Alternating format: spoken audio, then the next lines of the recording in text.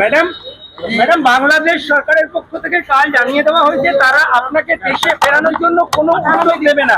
আপনি যদি ফিরতে চান আপনাকে আপনার মতন আইনভাবে অ্যাপ্লাই করতে হবে। আপনি কি বলবেন এই প্রসঙ্গে?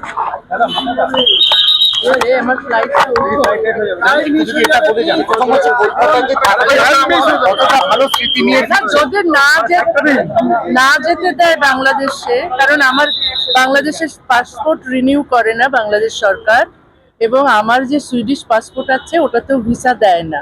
না দিলে তো আমার কোনো ভ্যালিড ডকুমেন্ট নেই যাওয়ার জন্য। আপাতত ভারতেই থাকবে। কলকাতা থেকে কিরম স্মৃতি নিয়ে ফিরলেন? খুবই ভালো স্মৃতি, মানুষের ভালোবাসা, বিশেষ করে সাধারণ মানুষের ভালোবাসা এত পেয়েছি যে আমার চোখে জল চলে এসেছে। আবার কবে আসতে চান? আবার শীঘ্রই আসবো, অক্টোবরে কথা আছে অথবা জানুয়ারিতে। আর বইমেলায় তো আসবোই। পুজোয় আসবেন? পুজোয় বোধহয় আসা সম্ভব হবে না, অন্য দেশে থাকবো। তো যখনই কলকাতা ডাকবে আমি আসবো। আপনি কি বাংলাদেশে ফিরতে চান? অবশ্যই ফিরতে চাই। 32 বছর আমি নির্বাসনে আছি, আমাকে বাংলাদেশে ফিরতে দেওয়া হয় না। আমি ফিরতে চাই না, এই জন্য যে যাই না তা তো নয়।